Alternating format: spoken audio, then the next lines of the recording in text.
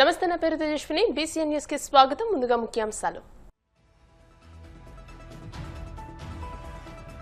రాష్ట్ర విభజన, వైసీపీ దివాలా పాలన వల్ల రాష్ట్ర ఆర్థిక పరిస్థితి అధ్వానంగా మారింది. తీవ్ర స్థాయిలో విమర్శలు గుప్పించిన మంత్రి నిమ్మల రామానాయుడు.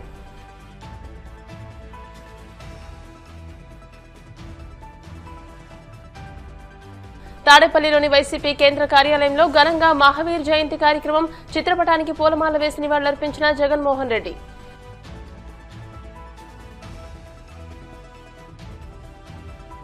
జగన్ ఎన్ని పొర్లు దండాలు పెట్టినా రాజధానిగా అమరావతిని ఆపడం ఆయన వల్ల కాదు. టీడీపీ పొలిట్ బ్యూరో సభ్యుడు వల్ల రామయ్య విమర్శలు.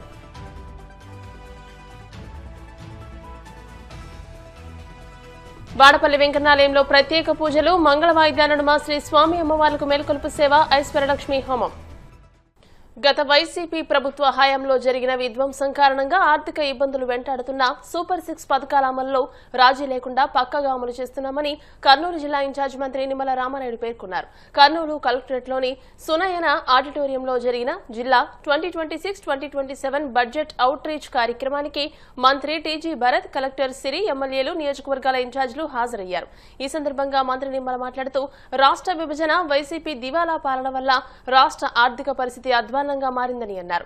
వెంటిలేటర్ పై ఉన్న ఆర్థిక వ్యవస్థను ప్రధాని మోదీ, డిప్యూటీ సీఎం పవన్ కళ్యాణ్ సహకారం, స్వీయ పాలనానుభవంతో సీఎం చంద్రబాబు చక్కదిద్దుతున్నారని అన్నారు.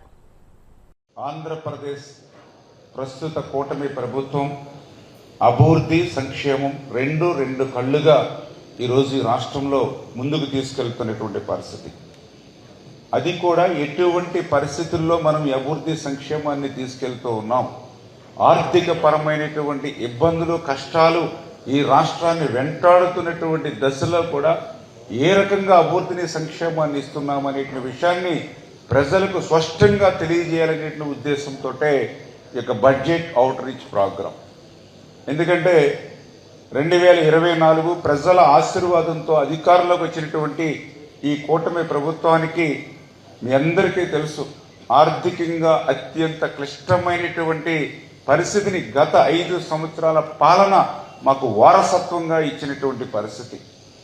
2024లో ఆర్థిక పరిస్థితి చూస్తే వెంటిలేటర్ మీద ఉన్నటువంటి ఆర్థిక పరిస్థితి, వెంటిలేటర్ మీద ఉన్నటువంటి ఆర్థిక స్థితిని ఈరోజు మేము పూర్తిగా 100% బాగు చేసేసామని చెప్పలేము. కానీ పరిపాలనా దక్షత ఉన్నటువంటి వ్యక్తి ముఖ్యమంత్రిగా ఉండడం చంద్రబాబు నాయుడు గారు, ఆయనకి కొండంత అండగా ఉప ముఖ్యమంత్రి పవన్ కళ్యాణ్ గారు ఉండడం, వీళ్ళిద్దరికీ తోడుగా నరేంద్ర మోడీ గారు ప్రధానమంత్రిగా సహాయ సహకారాలు అందించడం వల్ల ఆ యొక్క వెంటిలేటర్ మీద ఉన్నటువంటి ఆర్థిక వ్యవస్థని ప్రస్తుతానికి ఐసీయూలోకి తీసుకొచ్చాం.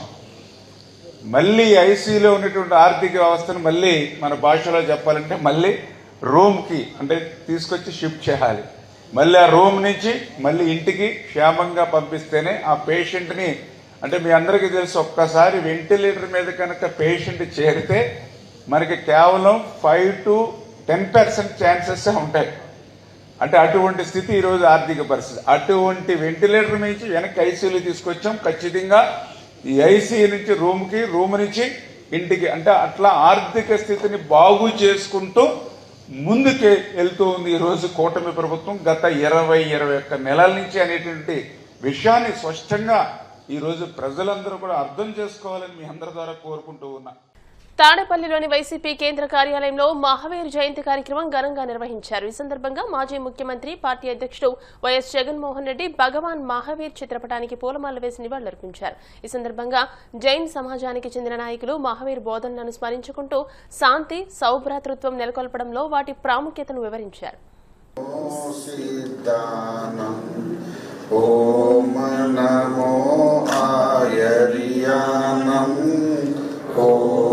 నమో ఉపచాయానం నమో లోయే సవశామూనం ఏసో పంచనముకారో సర్వ పావపనాశనో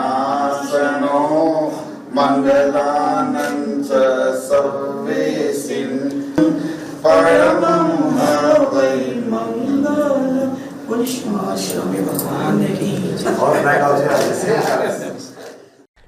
రాజధాని అమరావతి విషయంలో వైసీపీ విధానం ఏంటని ఆ పార్టీ అధినేత జగన్ ను టీడీపీ పొలిట్ బ్యూరో సభ్యుడు వర్లరామయ్య ప్రశ్నించారు. 2014లో అమరావతికి 30,000 ఎకరాలు ఉండాలని అసెంబ్లీలో జగన్ మద్దతు పలికారని, అధికారంలోకి రాగానే మాట ఎందుకు మార్చారని ప్రశ్నించారు.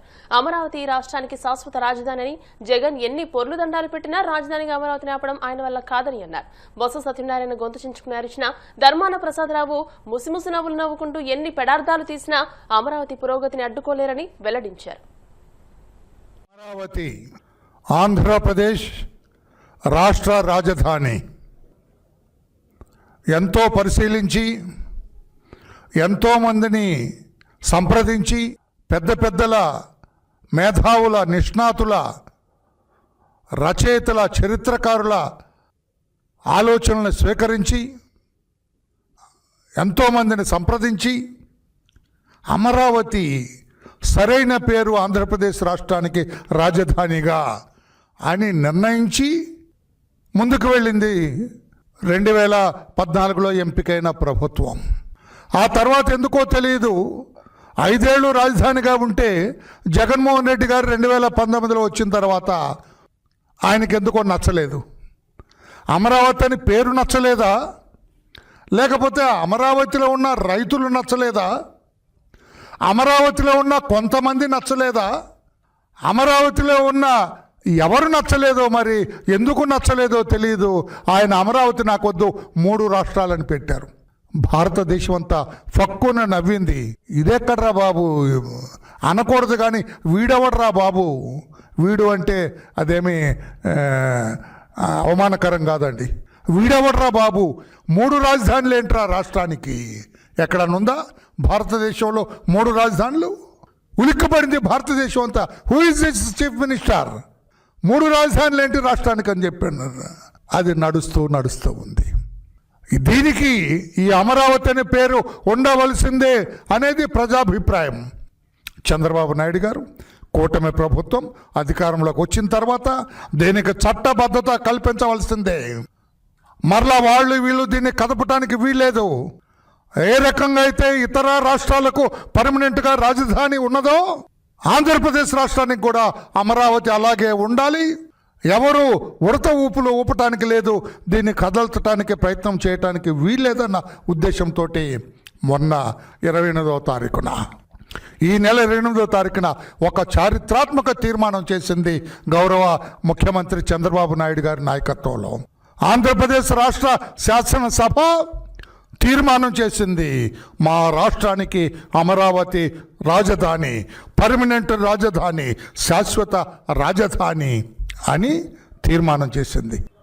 ప్రత్యేక శాసనసభని కాల్ఫర్ చేశారు స్పీకర్ గారు. 11 మంది ఎమ్మెల్యేలు ఉన్న జగన్మోహన్ రెడ్డి రావద్దండి, ఆయన అభిప్రాయం చెప్పొద్దండి. సిగ్గుతో లేక భయంతో, లేకుంటే సిగ్గుతో కూడిన భయంతో ఆయన శాసనసభకు రాలేదు. బయటుండి మాత్రం రాళ్లే ఇస్తారు, సిద్ధవస్తుడు అందులో. బయటుండి మాత్రం నోటుకొచ్చినట్టు మాట్లాడతారు.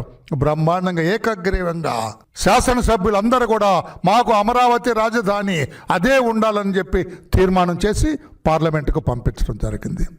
ఇక మొదలైంది, తాటాకు చప్పుళ్ళు మొదలుపెట్టాడు జగన్మోహన్ రెడ్డి గారు. ఎలా చేస్తారు, ఇష్టం వచ్చినట్టు మార్చుకోవచ్చు అని ఒక పండితుడు అంటాడు, అతను బొత్స సత్యనారాయణ అనుకుంటా, లేకపోతే ధర్మానం, వాళ్ళిద్దరే ఇటువంటి పర్థం లేకుండా మాట్లాడతారు. ఆంధ్రప్రదేశ్ రాష్ట్రానికి కూడా ముందు కర్నూలు అన్నారు, తర్వాత హైదరాబాద్ అన్నారు, తర్వాత అమరావతి అన్నారు. ఏమీ బుద్ధి లేకుండా, అవగాహన లేకుండా, ఆలోచన లేకుండా మాట్లాడతారు సార్. మొట్టమొదటిగా పొట్టి శ్రీరాములు గారు ఆత్మార్పణ చేసిన తర్వాత, రాష్ట్రం ఏర్పాటైన తర్వాత, ప్రకాశం పంతులు గారు ముఖ్యమంత్రి అయిన తర్వాత రాజధాని ఏర్పాటైంది.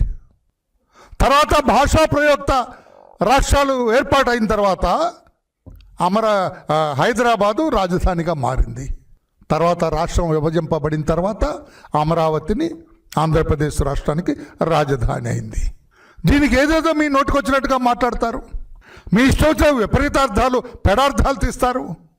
అది ఏపీ రీఆర్గనైజేషన్ యాక్ట్లో చాలా స్పష్టంగా ఉంది. There shall be a capital for the state అన్నారు. What does it mean? Konaseema తిరుమలగా వర్ధిల్లుతున్న వాడపల్లి శ్రీ వెంకటేశ్వర స్వామి ఆలయంలో బుధవారం ప్రత్యేక పూజలు వైభవంగా నిర్వహించారు. మంగళ వాయిద్యాల నడుమ శ్రీ స్వామి అమ్మవార్లకు మేలుకొలుపు సేవ నిర్వహించిన అనంతరం ఐశ్వర్యలక్ష్మి హోమాన్ని జరిపించారు. అర్చకులు శ్రీ స్వామి అమ్మవార్ల వసంత మండపంలో అష్టోత్తర పూజలు నిర్వహించగా ప్రత్యేక అలంకరణలో ఉన్న స్వామిని దర్శించుకుని భక్తులు